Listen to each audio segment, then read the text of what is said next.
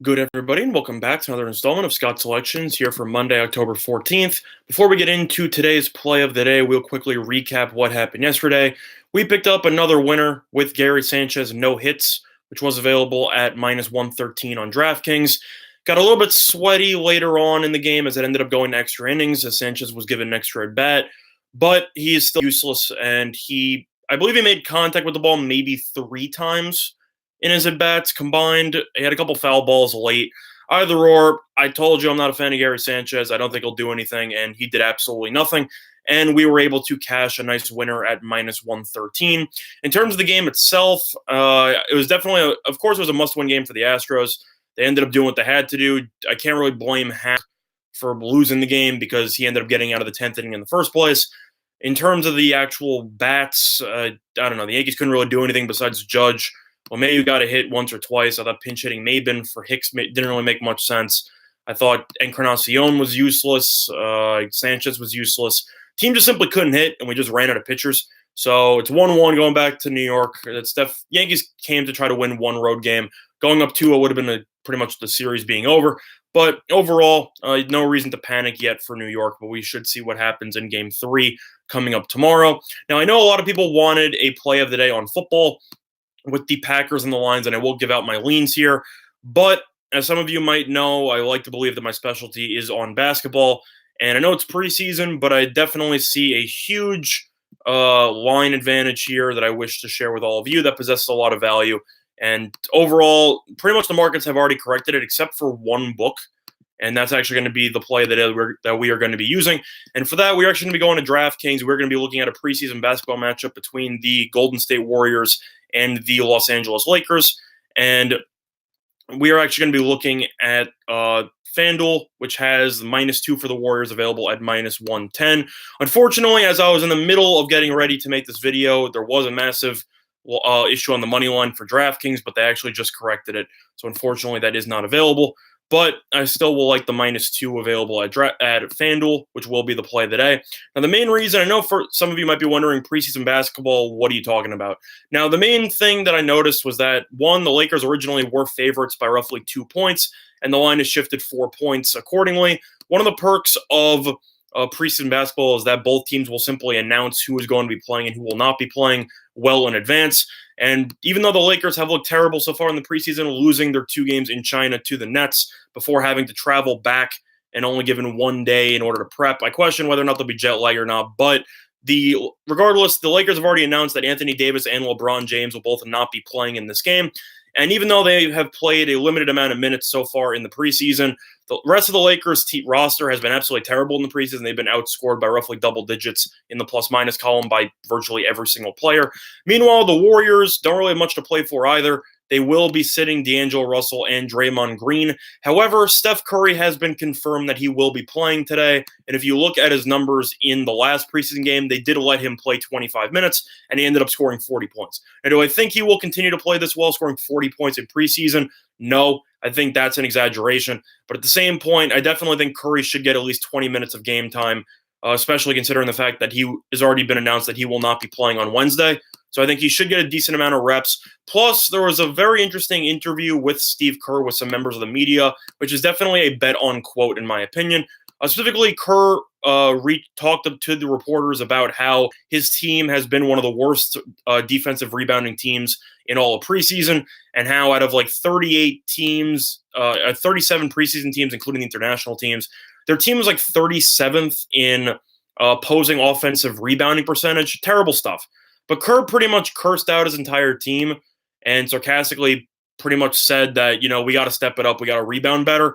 I think that Kerr's actually taking this game seriously. Based on that quote alone, it's the preseason. You could say, most teams don't really care. They're trying to mail it in. But Kerr went out of his way to tell the media that his team has been one of the worst rebounding teams in all of the preseason. I think that that's something that he's going to look for in his team. I expect a more concerted effort on the boards. I actually think they're going to come out focused and motivated for this game, as they will need to improve on the rebounding in the regular season. I think this is a good test for that. I know Draymond being out will hurt the defense. I know that D'Angelo Russell being out will also hurt. But would you rather have Curry with no Draymond Green and D'Angelo Russell, or would you rather have the Lakers with no Anthony Davis and no LeBron James? The answer is definitely the Warriors. Home court's not going to matter for the Lakers as it is a preseason game, and you still have the Warriors, so you have an interstate battle here. Money's already coming on the under. The Warriors, though, have gone from +2 to -2. I'm going to follow the line movement here. I'm going to take the Warriors -2, which is available at FanDuel -110, because of the fact that the Lakers have looked awful, particularly their supporting cast so far this preseason, and now they will be without their top two players for this game, while the Warriors have already announced they will be using their best player in Steph Curry and resting some of their other guys. I think that matters, so for that reason, the play of the day will be on the Golden State Warriors -2, which is available at FanDuel at -110. And if you want to take the money line instead for a safer play, you could take the -130 instead, but I will take the -110. Now, in terms of the actual leans for today's card, we'll start out with baseball, actually, between the Cardinals and the Nationals. We go Flaherty versus Strasburg. I know Strasburg's been great in the playoffs. I know he wasn't that great in Game 5 against the Dodgers. He settled down after a rough first two innings. But I'm actually going to lean to the over, and I will lean to the Cardinals here. I know that Strasburg and Flaherty are both great pitchers. The over-under in this game is 6.5. And with the Nationals bullpen, there's no way I'm taking the under. I know that Strasburg has been solid in his career in the playoffs. I know Flaherty's also been really good so far.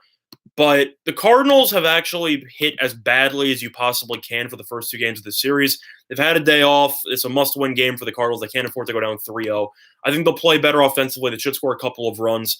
And the Nationals bullpen, as we all know, it's been better in the postseason. Not great. And with a two-game lead in the series, I don't expect them to send Corbin or anybody out of the pen in terms of, some last-minute help. I think they're going to stick to the regular bullpen rotations with Doolittle and Hudson. You might even see maybe a Fernando Rodney or somebody before that. But I assume Strasburg goes 6 innings. I think he'll give up 2 to 3 runs. But it's 6.5. You win if it's 3-3 and it goes to extras.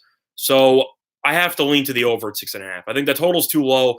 If all the Cardinals have to do is just get a couple of runs in, you basically have a team total of 3 for both teams and you automatically win. I think that this total's too low. I'll lean to the over 6.5.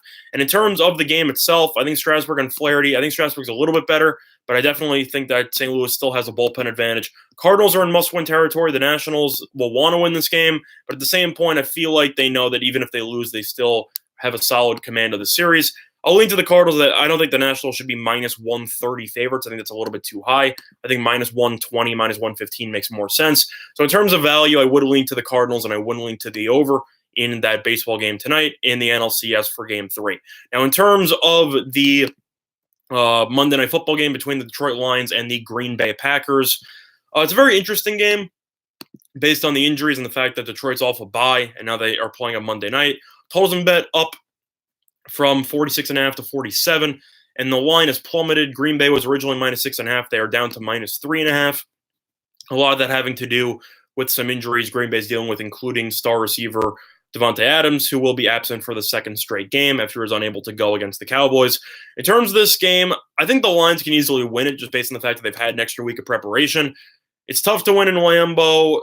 Green Bay's offense has been really good in first halves and really bad in second halves. If you've actually looked at the box score of multiple games, if I'm going to take Green Bay, it would actually be in the first half, because I really don't like them in the full game.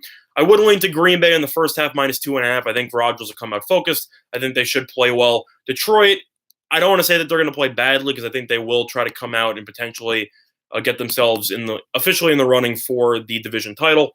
But in terms of the games itself, if you actually just watch the Packers games, their offense has fallen off a cliff in the second half of virtually every game they've played in the season. How's it going, Jeff? Thanks for joining us. But in terms of the game itself, I'll lean to Green Bay in the first half, and I will lean to the – what do I want to lean to? I'll lean to the over 46.5. Green Bay's had issues stopping the run, but I also trust Stafford, who has normally played well against Green Bay. He just gets outdueled by Rodgers every time. I think Rodgers should play well. I think Stafford should play well. I expect them to throw the ball a decent amount, big plays potentially. Green Bay, I'm kind of wondering what they will do offensively, as they kind of showed their blueprint without Davante Adams last week against the Cowboys. I expect a lot of Aaron Jones. I don't really think that Detroit can stop him, but I think Rodgers will also make up some stuff and create some long passing plays. So I will lean to the over. So I'll lean to the over.